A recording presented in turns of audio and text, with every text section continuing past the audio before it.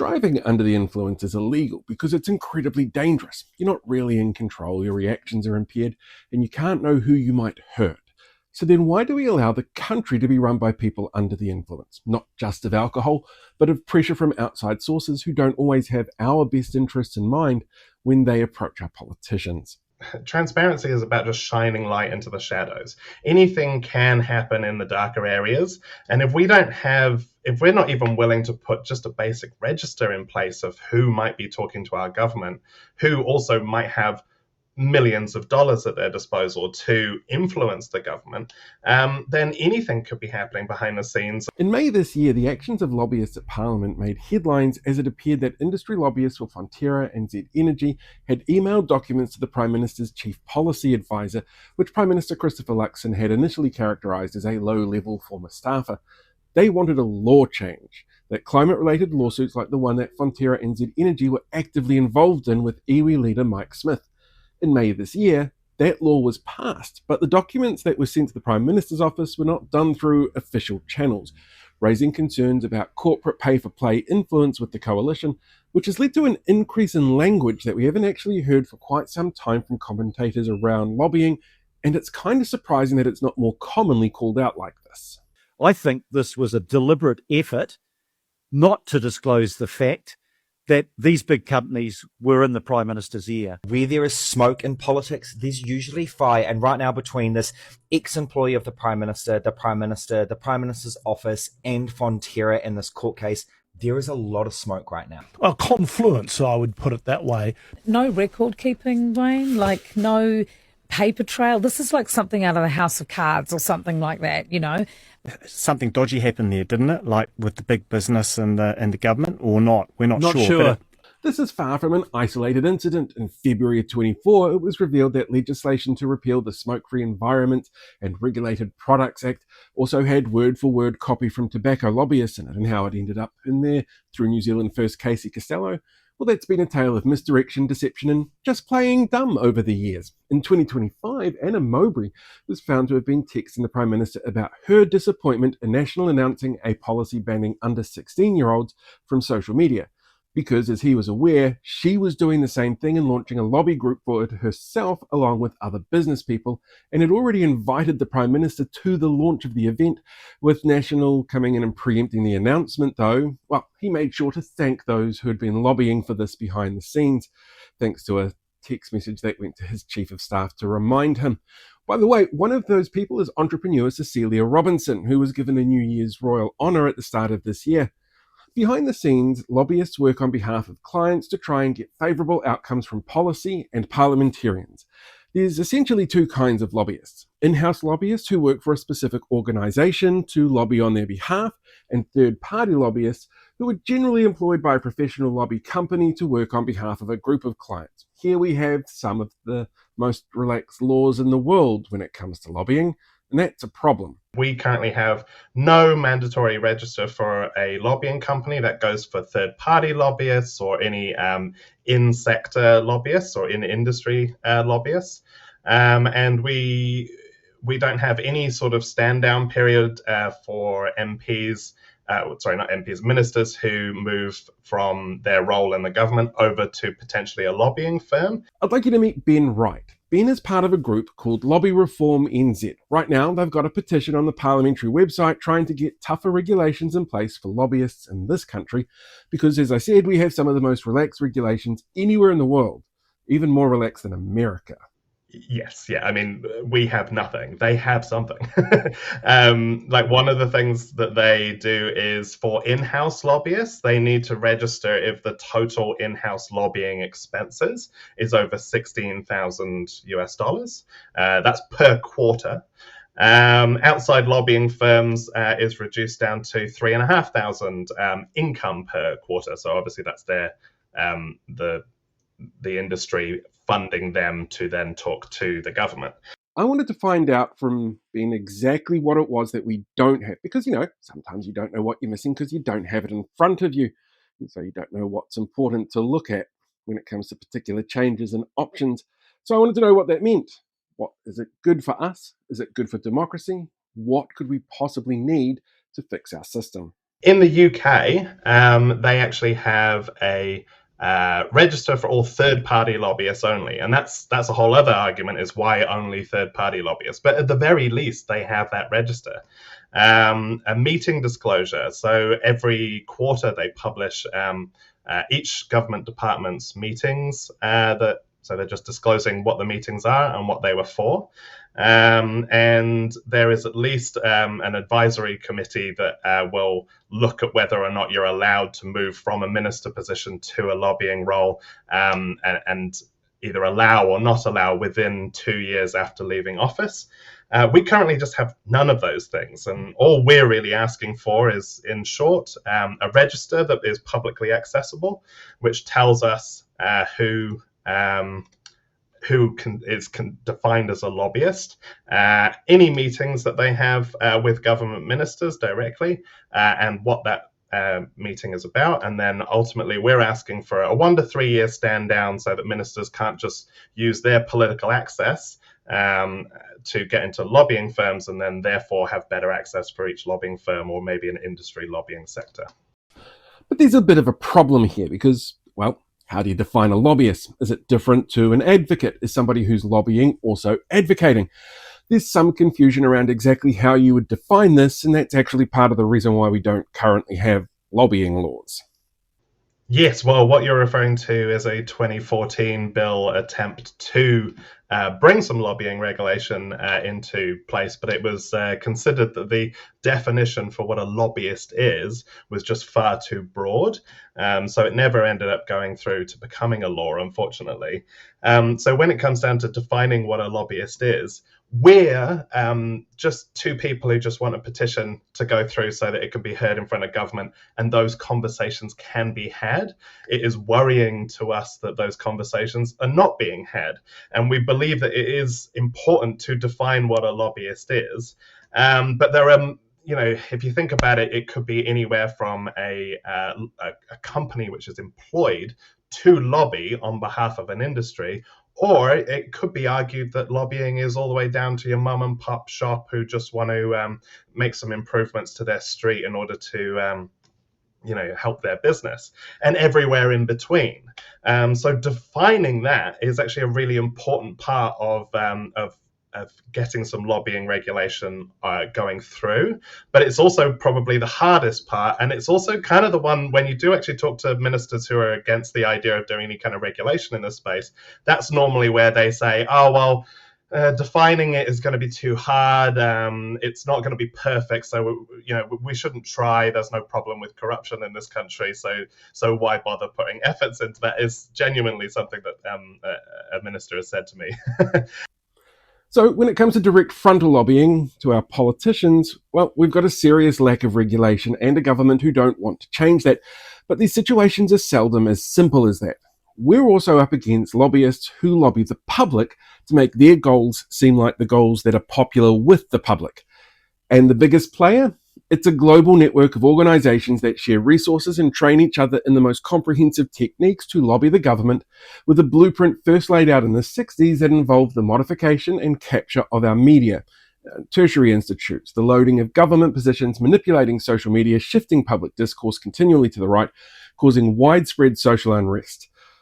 This is Dr. Jeremy Walker from the Sydney University of Technology. He's recently finished a 75-page Senate submission on the extraction industry's roles in public perception manipulation at the hand of an organisation started by a New Zealander, which has clearly documented links to Jordan Williams and his stable of think tanks and the lobby group New Zealand Initiative, and our Deputy Prime Minister.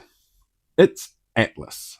When we think of lobbying is when you'll have representatives of a particular industry or a commercial interest, which will then, wine and dine parliamentarians looking for a particular kind of, change in the law or change in government policy or funding that will, benefit them commercially. And so that's fairly straightforward. That's why you would have organisations such as, Energy Aotearoa, which used to be called PEPANZ, Petroleum Exploring or something, of New Zealand.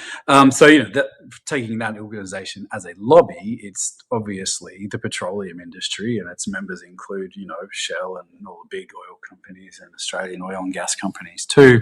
And so they are clearly there to lobby, that is to promote the profitability of their industry to government and through government policy. But what the Atlas Network does is much more sophisticated than that, and because what they're doing is that the institutes which comprise the network, of which there's 550 or more of them in 100 countries in New Zealand. It's the New Zealand Initiative, which I believe was originally the New Zealand Business Roundtable, but they wanted to push the association with business lobbying out to the back and make it look like a research institute. And then you've got, of course, the Taxpayers Union, and so these are not lobbies because they disguise their funding. They won't tell you who's funding them unless they absolutely have to by law. It's essential to the way that they work that you don't know who's actually paying for it, and they're then presented as non-partisan, independent research. Of course, it's far from that in reality. So it's not. This is, but one way we might, if we're looking one way into the topic of what's going on, quite tragically in New Zealand, I think since 2023, is that for example, you had a guy, I think his name was Ben Craven, who was the public relations officer for the petroleum lobby in New Zealand. And of course, it's not New Zealand petroleum lobby. They like to coat themselves in nationalistic symbols, but it's the international fossil fuel industry. And they, their chief communications or PR officer had previously worked for both of the Atlas Network think tanks in New Zealand, and then he went on, I believe, to be a consultant to Simeon Brown in the energy ministry. Carnegie here is one example of what we call Atlas capture of the public services. That's the person that Dr. Walker was talking about. And this is the most subversive type of lobbying because it's not just done in the relative open of the already shrouded in secrecy system that we've got. It involves making sure that the right people who share the right ideology are in the right place to work with the government directly on changes wanted by the organisations that pay for services like what Jordan Williams' campaign company provides. That Fonterra Z Energy lobbying issue, the staff member involved was Matt Burgess, a former senior economist of the New Zealand Initiative. There's Janessa Jaram, the New Zealand Initiative economist who also works as a policy advisor for David Seymour and Brooke Van Velden. Dr. Michael Johnston is a senior fellow at the New Zealand Initiative, and he's leading the education curriculum change, pushing the knowledge-rich economy line that we keep hearing from Erica Stanford. And even Nicola Willis was a board member with the group. That's fundamentally problematic because these organisations are not there to serve the public interest. They don't tell you finances are. They use propaganda tactics. They're linked to a giant network which is based in the United States, which made the Trump regime possible. They don't own Trump, of course. He's his own bizarre phenomenon, but the whole it's 40 years about this propaganda in the States, which have made the country more or less ungovernable by anybody except the billionaires in the fossil fuel industry. So absolutely we should be extremely suspicious, I think, of anyone that has a background in these organizations in any position of power.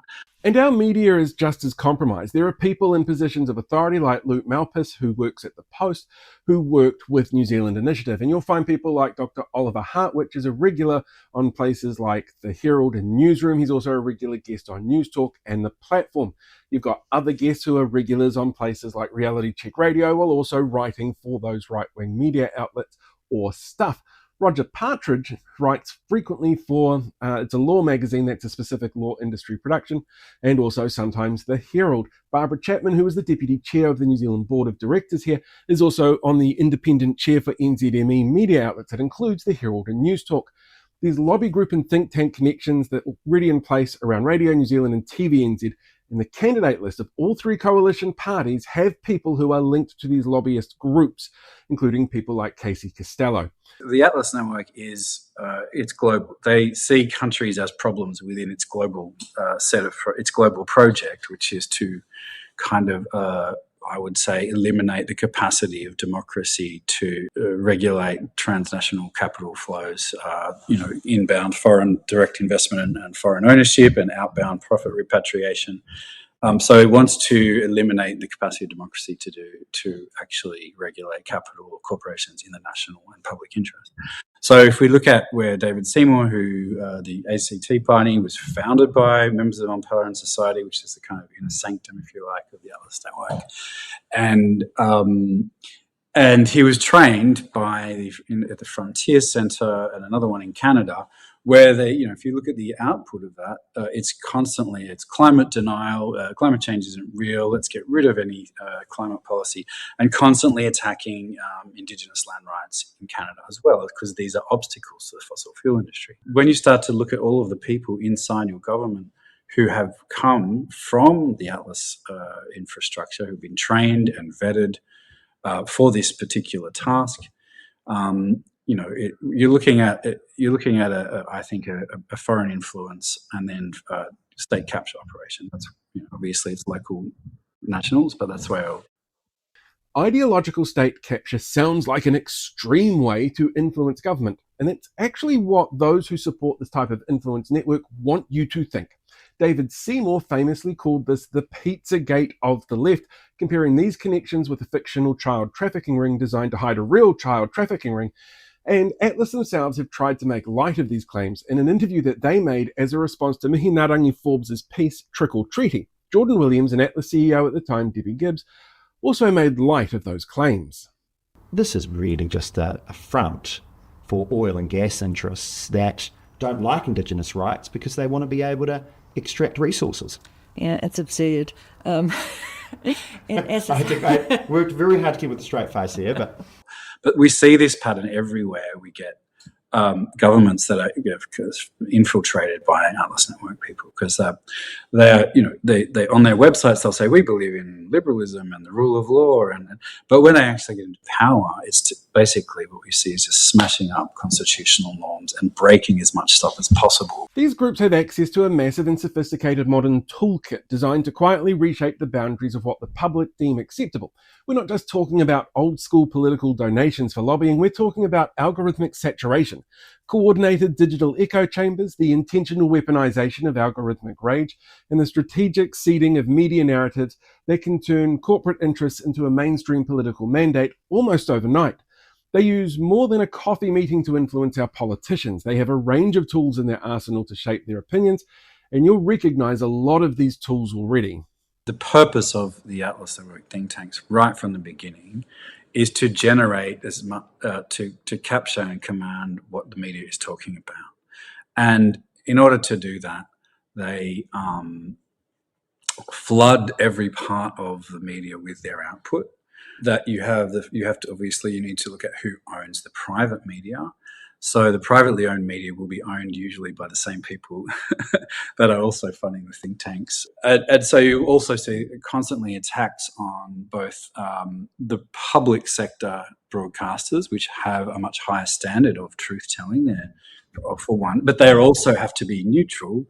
Of course, the think tanks were set up to manage public opinion also by constantly attacking academics and scientists and people who are professional, truth tellers, right? People whose job is to be respected, non-partisan, non-commercially driven, and push polling is a key function of how these organisations work.